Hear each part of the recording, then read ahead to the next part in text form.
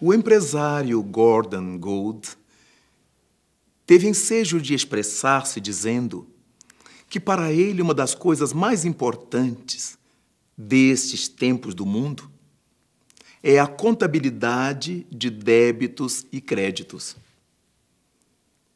E ele alinhava uma série de razões para justificar o seu entendimento. Vale lembrar que essa contabilidade de débitos e créditos nasceu no século XV, mas propriamente em 1494. E foi criada por um monge franciscano chamado Luca Pacioli. E esse monge franciscano criou essa metodologia exatamente para auxiliar aos mercadores, aos comerciantes, negociantes de Veneza, que precisavam gerenciar suas economias crescentes. Precisavam dirigir seu dinheiro de uma forma eficiente. E encontraram esses mercadores, esses comerciantes, no trabalho do monge franciscano, Luca Pacioli, um elemento importantíssimo para que eles não se perdessem ao analisar perdas, ganhos no bojo das suas realizações. A partir daí, a humanidade tem experimentado muito sucesso ao fazer uso dessa contabilidade, débito-crédito.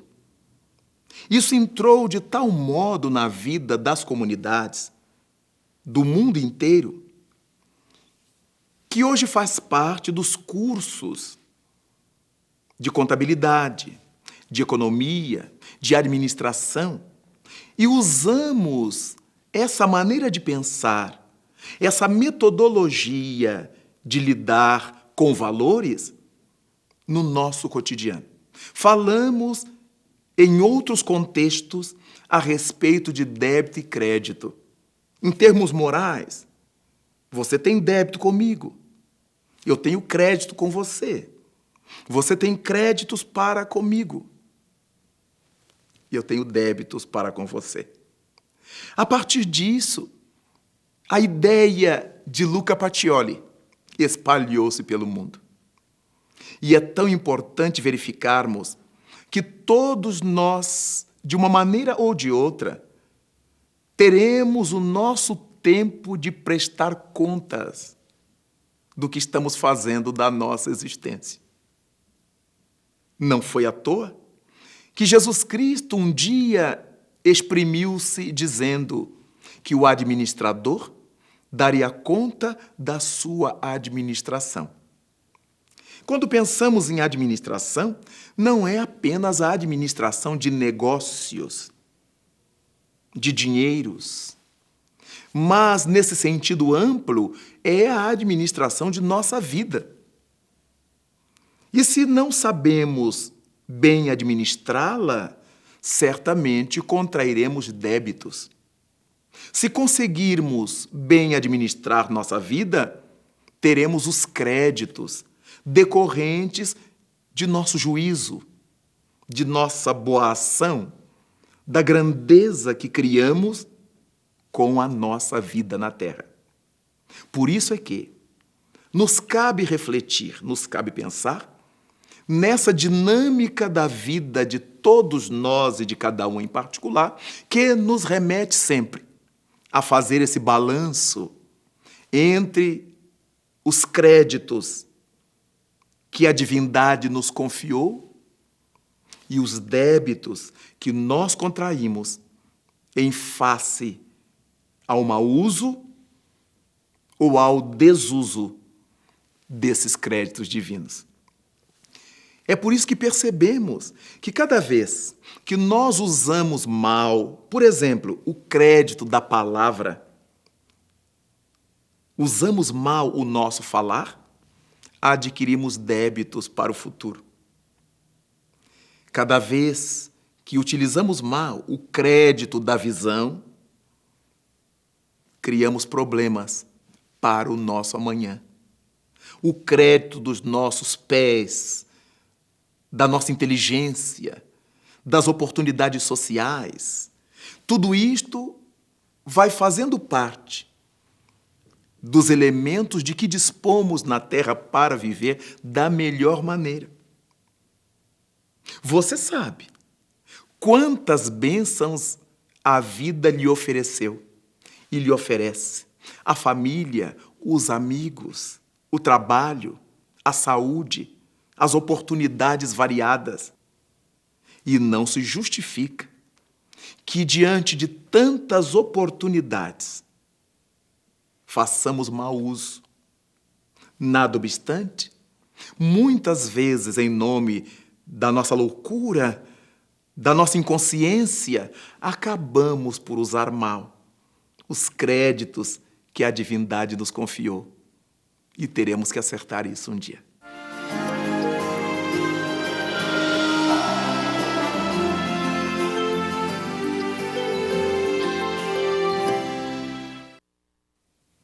É importantíssimo, nesse capítulo de débitos e créditos, nessa contabilidade criada por Pacioli, verificarmos que um dia o codificador espírita Allan Kardec perguntou aos bons espíritos a respeito do que poderíamos fazer para superarmos as tentações do mal e para realizarmos com proveito a nossa jornada terrestre. E os nobres guias da humanidade responderam que um velho sábio da antiguidade já nos houvera dito: conhece-te a ti mesmo. Allan Kardec, então, volta à carga e pergunta: entendi o sentido desse autoconhecimento. O problema está exatamente em como fazê-lo. Como poderemos realizar isto? E os imortais respondem através do Espírito Santo Agostinho: fazei como eu fazia quando estava no mundo.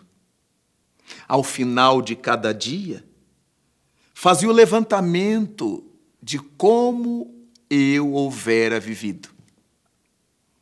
Aquilo que realizara em prejuízo do próximo, em meu próprio prejuízo. Aquilo que eu tivesse feito em contraposição às leis divinas. Fazia uma tomada de débitos e créditos, dizemos nós. E graças a isto, ficamos com uma fórmula, digamos assim, para realizar esse esforço pelo autoconhecimento.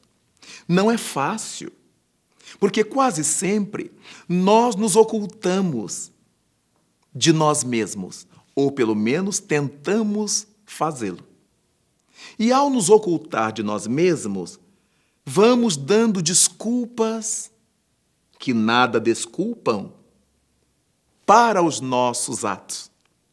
Eu fiz porque fulano me provocou. Eu deixei de fazer porque Beltrano não me ajudou.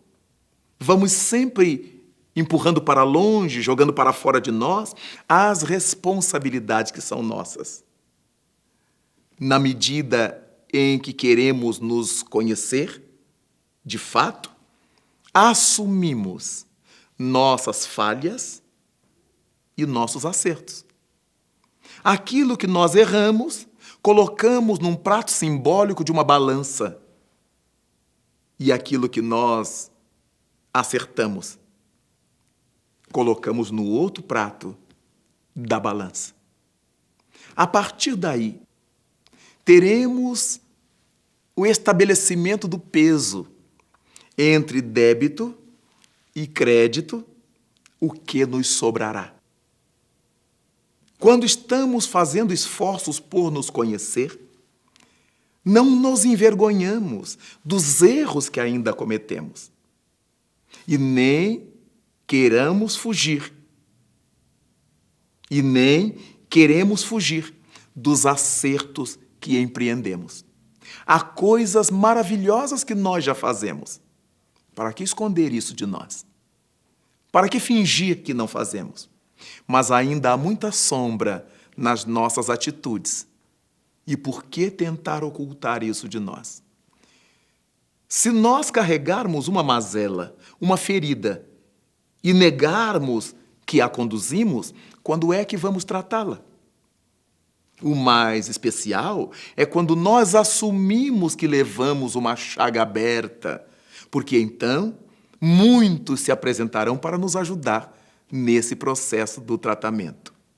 Cada qual de nós, diante da vida, carrega as coisas boas que já fez, as coisas felizes que faz, seus créditos, o bom uso daquilo que Deus nos deu, o bom uso daquilo que Deus nos dá.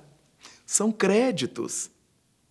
Mas, muitas vezes, fugimos do bom tom, nos perdemos nesses labirintos de equívocos e carregamos débitos.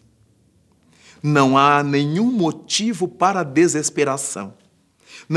Não há nenhum motivo para que nos percamos, desfigurados de remorsos, desejando morrer. O tempo de agora é o tempo da oportunidade. Desejaremos viver para corrigir o que ficou mal pintado em nossa tela. É o tempo de acertar, corrigindo o passo que não tenha sido bem dado em nossa vida. E graças a isso, então, trabalharemos no sentido de que a contabilidade divina possa reconhecer nossos créditos e justificar os nossos débitos com as coisas boas que fazemos. Foi o apóstolo Simão Pedro que fechou de forma notável esse ensinamento ao nos dizer que o amor cobre multidões de pecados. Todos nós na Terra somos espíritos nessa faixa de provações, de expiações, com necessidades de aprender, com necessidades de pagar dívidas, mas com a grande oportunidade de desenvolver em nós o amor sob todos os aspectos considerados, porque somente o amor cobre multidões de pecados.